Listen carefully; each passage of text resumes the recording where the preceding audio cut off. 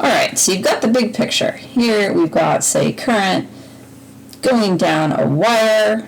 So the current flows down the wire like this, and we know the current has to flow relatively quickly, because if you think of, like, you turn a lamp on and then the light actually goes on, well, the current has to make it from where you flick the switch to where the light bulb is, and that happens almost instantaneously. So current goes really pretty darn fast as the charge flowing through. But what's happening at the level, at the individual charge level? So current is a bunch of moving free charges.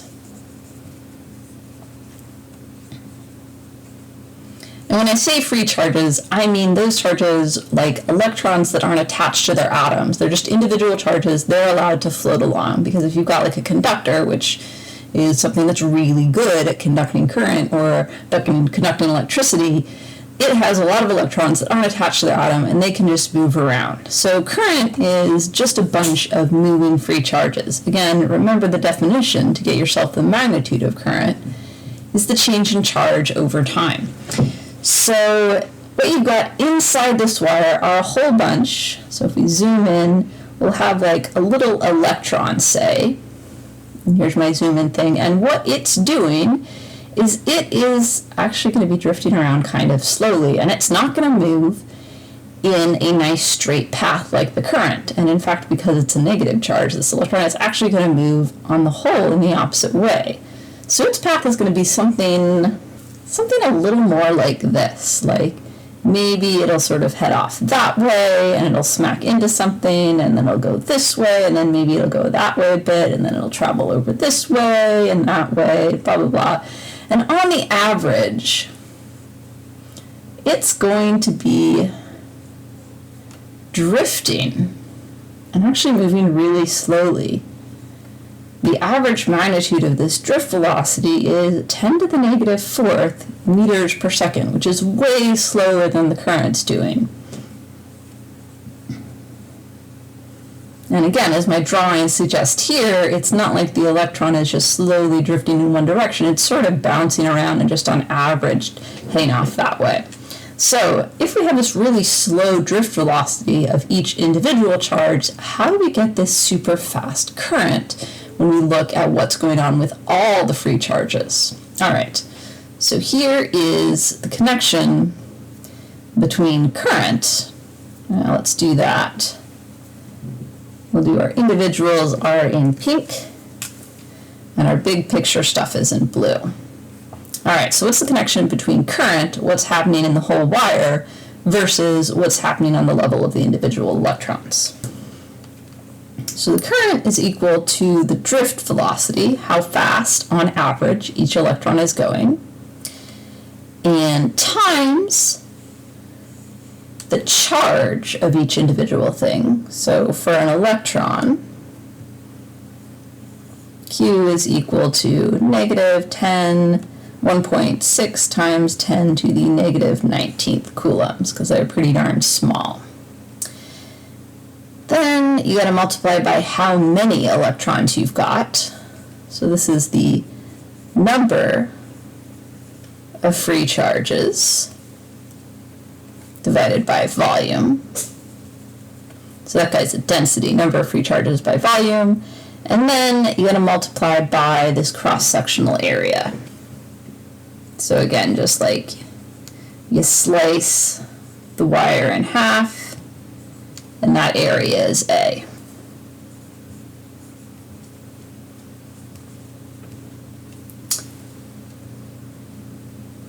Sorry, let me write this a little better.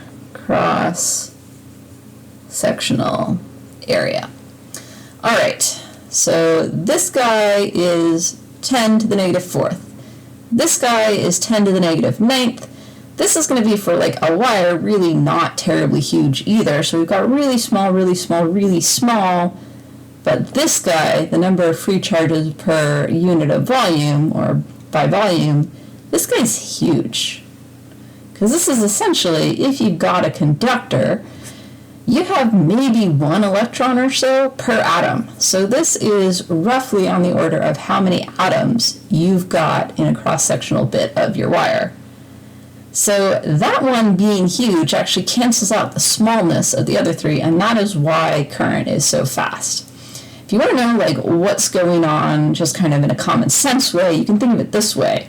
Like these electrons are moving along, but it's just packed with free electrons in here. And so when any one of them moves, it sort of nudges the other ones, and they all just nudge each other. So like a little motion over here quickly has a consequence for what's going on here, because everybody just has to sort of like slot along depending on what their neighbors are doing. So on an individual level, the electrons are moving pretty darn slow, but when you look at all the electrons you've got going in there, you end up with a pretty fast current. So that's one thing that's going on at a detailed level. Next, let's take a closer look at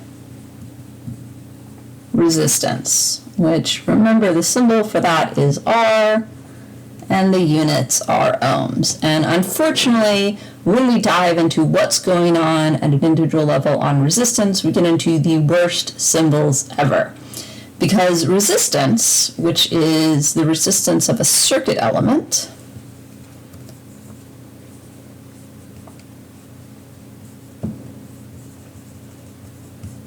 so like the big picture, a individual circuit element that you might buy at the store, plug into your circuit.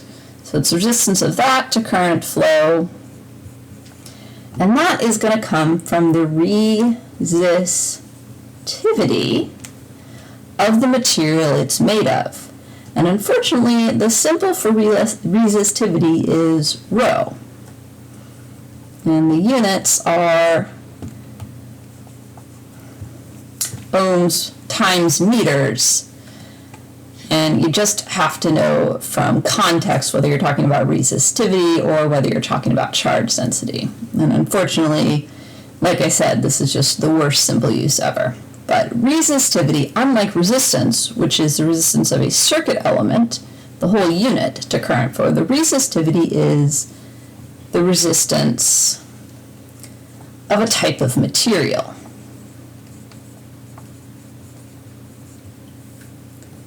To current flow. So it's basically whatever you build your resistor or your circuit element out of. This is the inherent resistance of that kind of material to the current flow. That means the circuit element that you made it out of is also going to have some resistance to current flow. All right.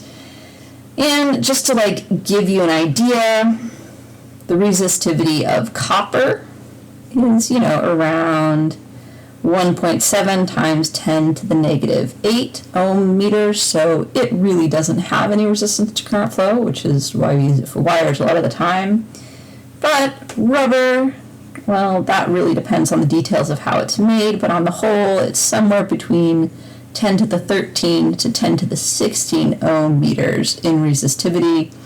And so this is why we use it for insulation. It really doesn't want to let current flow. It has a high resistance to that. All right, so that we've got resistivity, which is for a kind of material, and resistance, which is for a particular circuit element you built out of that material.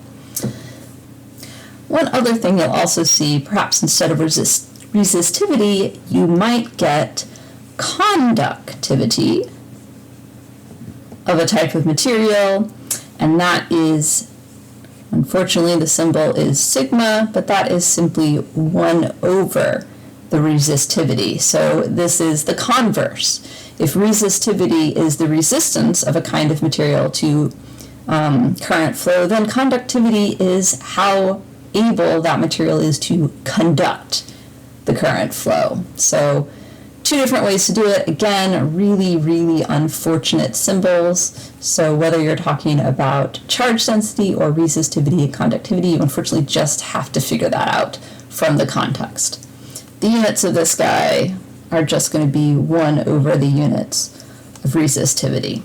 All right, how do we get from resistance to resistivity? Well, we have another version of Ohm's Law.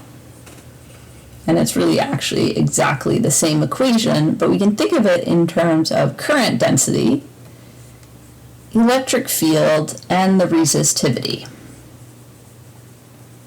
So we got current density here, we got the electric field here, and resistivity here. And here you can see this is really kind of like a in the detail look rather than what we usually think of Ohm's law, which is current equals voltage difference over resistance. This is looking at the circuit element as a whole, the current through the circuit element, the voltage across the whole circuit element, and the resistance of the whole circuit element. This is looking at, in a particular location, what's the current density there? At a particular location in the circuit element, what's the electric field there? And then what's the resistivity of the material that the resistor or whatever it is, the circuit element, is made of. So this is more of a detailed look. This is more of a big picture look. All right, so how do we get from here to there? Well, remember, I'm going to do everything here is going to be just magnitudes. Notice I don't have vector arrows anywhere. So my current has this relationship to the current density. And if J is uniform, that is to say it's the same everywhere in the wire or the circuit element, then this really just becomes current equals J times the area. Again, that cross-sectional area of the wire that I've been using over and over again. And the electric field, well, if I integrate the electric field along a path, so basically if I walk along a path on looking at the electric field everywhere, that'll give me my voltage. And again, I'm just going to look at magnitude here. If the electric field is uniform, well, this is just going to turn out to be my E times my length. So let me draw a picture so I get these two variables taken care of so we can see what they are. All right, so here's my wire or my resistor or whatever it is I'm looking at. It has, if I slice it in half there, it has a cross-sectional area.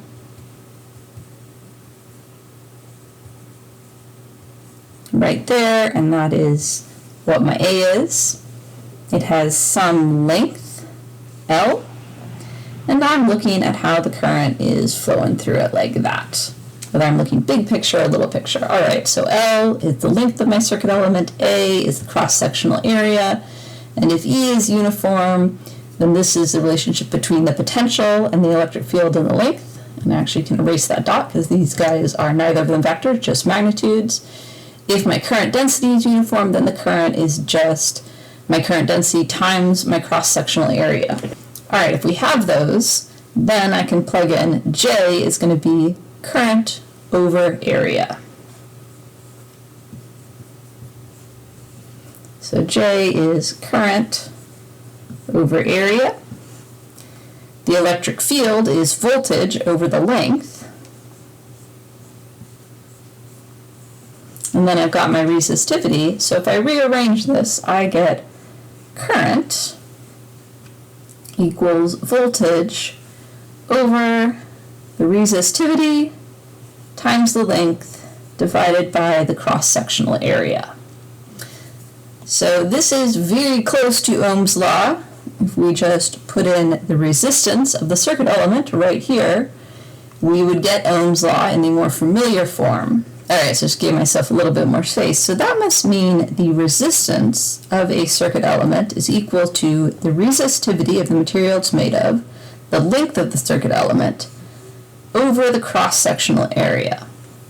And all of these are sort of keyed in on the current density has to be uniform and the electric field through the circuit element has to be uniform, which are pretty good approximations generally. But this is how you go from the resistance of the whole element to the resistivity of what the element's made of. So these are your detailed looks at what's going on at a small level and how to get yourself back out to the big picture.